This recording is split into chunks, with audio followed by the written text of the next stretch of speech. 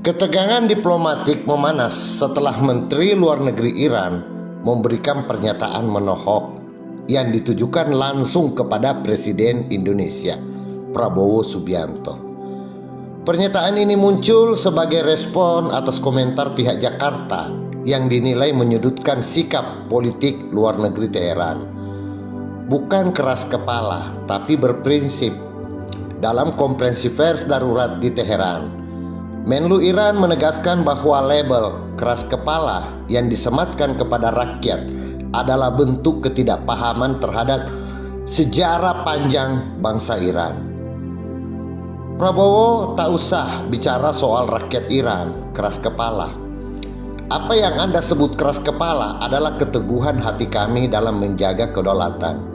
Kami bangsa Iran punya prinsip yang tidak bisa diperjualbelikan dengan dolar atau janji manis sekutu, tegas Menlu Iran di hadapan awak media internasional. Sindiran tajam pecundang Amerika dan Israel. Suasana semakin memanas ketika Menlu Iran membandingkan posisi ideologis kedua negara. Ia melontarkan kritik pedas terhadap arah kebijakan luar negeri Indonesia di bawah kepemimpinan Prabowo yang ia nilai terlalu condong kepada kepentingan Barat. Lebih baik mati membela rakyat dan kehormatan bangsa daripada menjadi pecundang yang membela kepentingan Amerika dan Israel seperti Anda. Lanjutnya dengan nada tinggi. Jika kita melihat saudara-saudaraku semua di dalam pembukaan Undang-Undang Dasar 1945, di situ dikatakan bahwa sesungguhnya kemerdekaan itu ialah hak segala bangsa. Dan oleh sebab itu, maka penjajahan di atas dunia harus dihapuskan.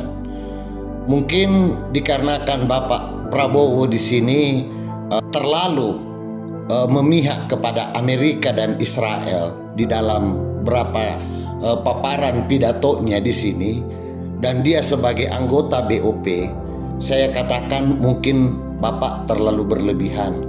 Bapak harus sadar, Bapak itu pemimpin negara. Bagaimana seandainya hal keji yang terjadi di Iran itu terjadi kepada Bapak? Apakah kita rakyat Indonesia ini kalau toh membela Bapak itu kita keras kepala?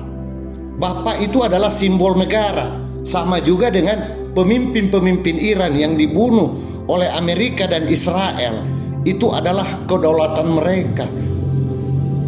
Bagaimana mereka mengadakan perlawanan karena orang yang mereka cintai itu dibunuh oleh Amerika. Maka dari itu Pak, apa yang terjadi di Iran harusnya menjadi cambuk bagi Bapak.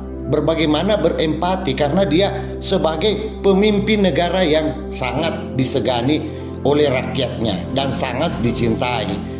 Jadi jika menanamkan benih baik dan benih cinta, maka itu akan kembali kepada diri Bapak.